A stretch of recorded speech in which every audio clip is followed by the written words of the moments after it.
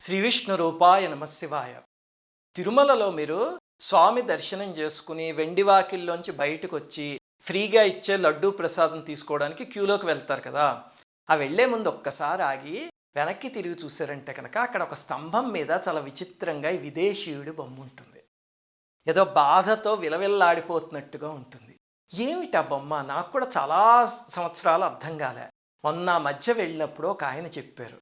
అది ఏమిటంటే, దైవాన్ని అసహ్యించుకునే ఒక క్రిస్టియన్కి వెంకటేశ్వర స్వామి చాలా విచిత్రంగా బుద్ధి చెప్పారు, దానికి సంబంధించిన గుర్తా బొమ్మ అని. అంటే ఏమిటండి ఆ కథ అని అడిగా. అప్పుడు చెప్పారు ఆయన.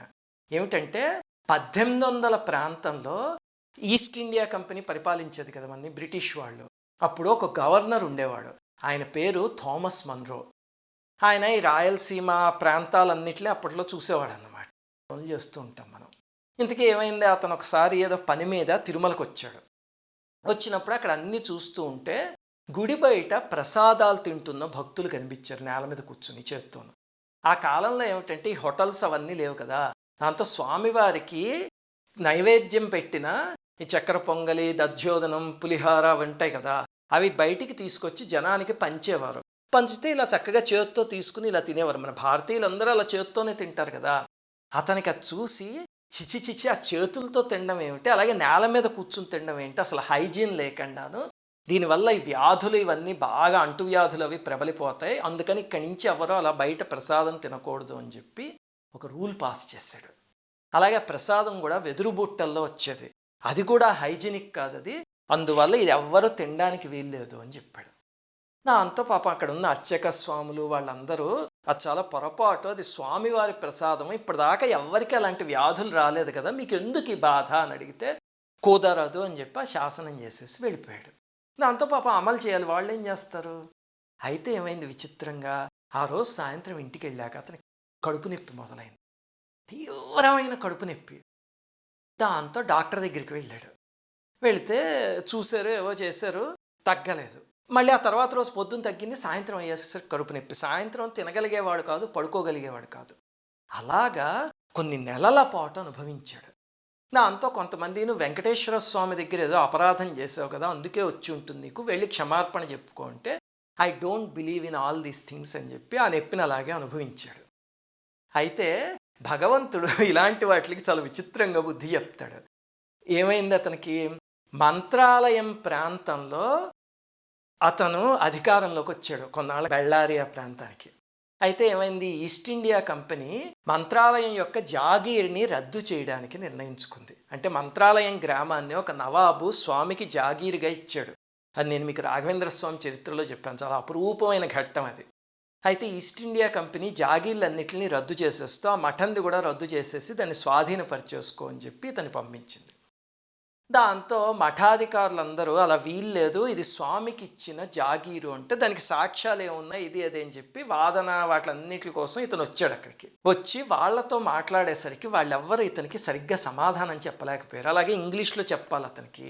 దాంతో సరిగ్గా చెప్పలేక అది ఏం చేయాలని తర్జన భర్జన పడుతూ ఉంటే అప్పుడు విచిత్రంగా ఏం జరిగిందంటే, అన్ని సంవత్సరాలకు ముందు సజీవ సమాధి అయిపోయిన రాఘవేంద్ర స్వామి సశరీరంగా నడుచుకుంటూ బయటకు వచ్చారు. వచ్చి అతని దగ్గర కూర్చుని అతనికి అన్ని ఇంగ్లీష్లో చెప్పడం మొదలుపెట్టారు. దాంతో అతను తనకు కావాల్సిన ప్రశ్నలన్నీ అడుగుతున్నాడు, ఆయన సమాధానం చెప్తున్నారు. చుట్టుపక్కల ఉన్న వాళ్ళకి అతను మాట్లాడింది తెలుస్తోంది, అతను చేస్తున్న సైగలు తెలుస్తున్నాయి, అవతల వైపు ఎవరో మనిషి ఉన్నారని తెలుస్తోంది తప్ప ఆ మనిషి ఎవరో కనిపించట్లేదు, వాళ్ళ మాట వినిపించట్లేదు. ఆఖరికి ఆయనకి చేతులు జోడించి నమస్కారం పెట్టేసరికి అప్పుడు స్వామి మంత్రాక్షతలోను మృత్తిక ఇచ్చారు అతనికి. మంత్రాలయం వెళ్తే ఇప్పటికి కూడా మనకి ఇస్తూ ఉంటారు కదా, ఆ సాంప్రదాయం అప్పటి నుంచి ఉంది. ఇచ్చేసరికి అవి తీసుకున్నాడు భక్తిగాను. తీసుకుని ఆ తర్వాత చెప్పాడు అనమాట, నాకు రాఘవేంద్ర స్వామి కనిపించారు ఇప్పటిదాకాను అని. ఇంకా పరమానంద పడిపోయాడు.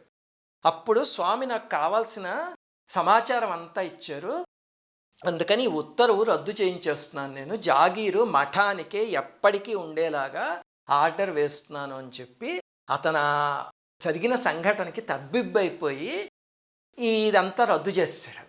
ఇది చెప్పగానే మీకు అనిపిస్తుంది ఏమిటండి ఇవన్నీ ఒక కథలు చెప్తున్నారు అని. ఎందుకంటే మన సైన్స్ చదివేసుకుని బాగా ఒక రకమైన టెంపర్మెంట్తో ఉంటాం కదా, దానికి ప్రూఫ్ ఏమిటండి అని.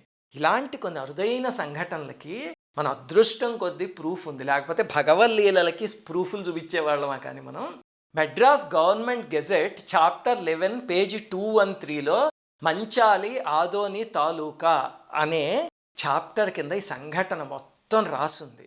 అలాగే అతను ఇచ్చిన ఆర్డర్ ఇవన్నీ కూడా సెయింట్ జార్జ్ ఫోర్ట్ ఉంది కదా చెన్నైలోను, అక్కడను మంత్రాలయంలో కూడా ఇప్పటికీ భద్రంగా ఉన్నాయి.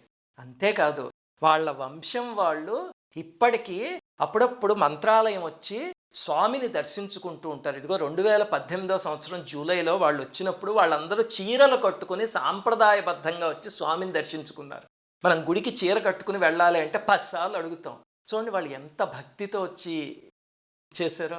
ఆ గెజెట్ కాపీ వీడియో కింద డిస్క్రిప్షన్లో కూడా ఇస్తున్నాం, శ్రద్ధ ఉన్న వాళ్ళు చూసుకోవచ్చు. సరే, ఇంతకీ తర్వాత ఏం జరిగింది, అతను కడుపు నొప్పి సంగతి ఏమిటి ఇంతకీ అంటే, అతను అక్కడి నుంచి భగవంతుడి మీద విశ్వాసం కుదిరి మంత్రాలయం వస్తూ ఉండేవాడు, కొన్ని సత్కార్యాలు చేస్తూ ఉండేవాడు. కానీ ఆ కడుపు నొప్పిని మాత్రం తగ్గలే. అప్పుడు మంత్రాలయానికి సుబోధేంద్ర తీర్థులు అనే పీఠాధిపతి ఉండేవారు, చాలా గొప్ప ఆయన కూడాను. ఒకసారి ఆయన దగ్గరికి వచ్చి, స్వామి కడుపు నొప్పి భరించలేకపోతున్నాను నేను, మీరు తగ్గించండి అని అడిగాడు. ఆయన ఒక్కసారి కళ్ళు మూసుకుని చూసి, నాయన నువ్వు తిరుపతిలో ఫలానా తప్పు చేశావు, అందుకని తిరుపతి వెళ్ళి దానికి ప్రాయశ్చిత్తం చేసుకో, అప్పుడు నీ కడుపు నొప్పి తగ్గుతుంది అని చెప్పారు. చాలా గొప్ప ఆయన. వారి బృందావనం ఇప్పటికీ నంజన్గూడ్ అని కర్ణాటకలో ఒకటి ఉంది కదా, మైసూర్ దగ్గర, అక్కడ గొప్ప శివాలయం ఉంది. ఆ ఊర్లో ఇప్పటికీ వాళ్ళ బృందావనం ఉంది. దాంతో ఇతనికి ఓహో అయితే అందరూ చెప్పింది నిజమే అన్నమాట, ఈయన కూడా చెప్పారని చెప్పి అప్పుడు తిరుమల వచ్చాడు. వచ్చేసారి ఎక్కడైతే ఆ ప్రసాదాలు రద్దు చేశాడో అక్కడే నేల మీద కూర్చుని చేతిలో స్వామి ప్రసాదం పెట్టించుకుని తిన్నాడు. చూడండి, భగవంతుడు తలుచుకుంటే ఎలాంటి వాడినైనా నేలకి దింపగలంతే. అహంకారం ఎప్పుడూ పోకూడదు. అంతే, ఆ ప్రసాదం తిన్నాడు. ఆ రోజు రాత్రి నుంచి మళ్ళీ కడుపు నొప్పి రాలే. ఆశ్చర్యపోయి, అయ్యో బాబు ఇంతటిదా భగవత్ శక్తి, నేను క్రిస్టియన్ని, నాకు ఇలాంటివన్నీ తెలియవు అని దాసోహం అని అప్పుడు ఒక పని చేశాడు. అది తప్పు అని నేను చెప్పాను కదా, ప్రసాదం అలాగే ఇవ్వండి, కానీ ఒక చిన్న మార్పు చేస్తాను నేను. మీరు వెదురు బుట్టల్లో తెస్తున్నారు కదా, అలా కాకుండా నేను గంగాళాలు సమర్పించుకుంటాను స్వామికి, ఇత్తడి గంగాళాలు అందులో పెట్టి తండి అని చెప్పి వేడుకుని గంగాళాలు సమర్పించుకున్నాడు. ఇదే ఇక్కడ చూపిస్తున్న గంగాళం అలాంటిదే. ఇప్పటికి కూడా తిరుమలలో అలాంటి గంగాళాలనే వాడతారు. వాటిలన్నిటిని మన్రో గంగాళాలు అని పిలుస్తారు అతని పేరు మీద. ఇంతకీ ఒక ఆయన ఎవరో నాకు ఈ సంఘటన అంతా చెప్పి, అతని కడుపు నొప్పి వచ్చి విలవిల్లాడిపోయాడు కదా, ఆ సంఘటనని ఇక్కడ స్తంభం మీద చెక్కారు అని చెప్పారు. అది నిజమా కాదా అనేది నాకు అర్థం కాలే. ఎందుకంటే ఆ స్తంభాలన్నీ కృష్ణదేవరాయలు అలాంటి రాజుల కాలంలో చెక్కిన స్తంభాలు, వాటి మీద శిల్పాలు అవన్నీ. ఈ ఒక్క శిల్పము అలా ఎందుకు చెక్కారు అనేది నాకు తెలియలేదు.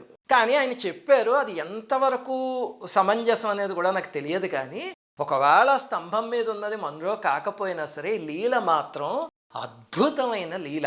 దీని నుంచి మనం నేర్చుకోవాల్సింది ఒకటి ఉంది. ఎప్పుడు దైవం మీద కానీ మహాత్ముల మీద కానీ మన నోటికొచ్చినట్టు వదరకూడదు. ఎందుకంటే మన జ్ఞానం ఎంత, మన వయస్సు ఎంత, మన అనుభవం ఎంత, మన ఉపాసన ఎంత, ఏదో ఒక 2 పుస్తకాలు చదువుకుంటాం మ్యాక్సిమం అయితే. అందుకని అలాంటివి ఎప్పుడూ చేయకండి. చేస్తే భవిష్యత్తులో ఎక్కడో ఆ పాపం పండాలి.